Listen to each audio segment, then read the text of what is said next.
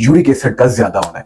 इसको medical language में हम गाउट कहते हैं। तो इसमें कोई भी ज्वाइंट किसी भी तरह से इन्फ्लेम्ड हो जाता है, उसमें सोजिश आना शुरू हो जाती है और वहां पे छोटे छोटे से उभार और क्रिस्टल्स बन भी सकते हैं और नहीं भी बन सकते।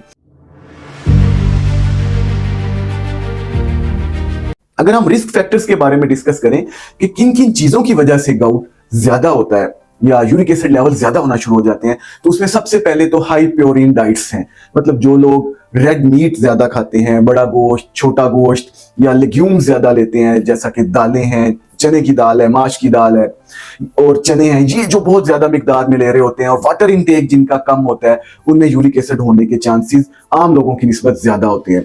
फीमेल्स में मेल्स की निस्बत 5% ज्यादा यूरिक एसिड डेपोजिशन के चांसेस कुदरती तौर पे या जेनेटिकली मौजूद होते हैं। तो फीमेल ज्यादा प्रोन है यूरिक एसिड के सिलसिले में।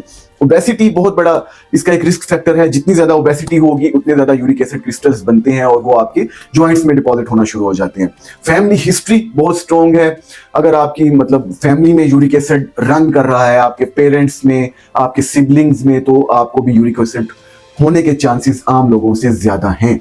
इसके अलावा अगर आपको कोई ब्लड कैंसर खुदा न खास्ता या कोई गुर्दों के एक तवील मसले में आप मुब्तला हैं, तो उसकी वजह से भी यूरिक एसिड आप में ज्यादा हो सकता है।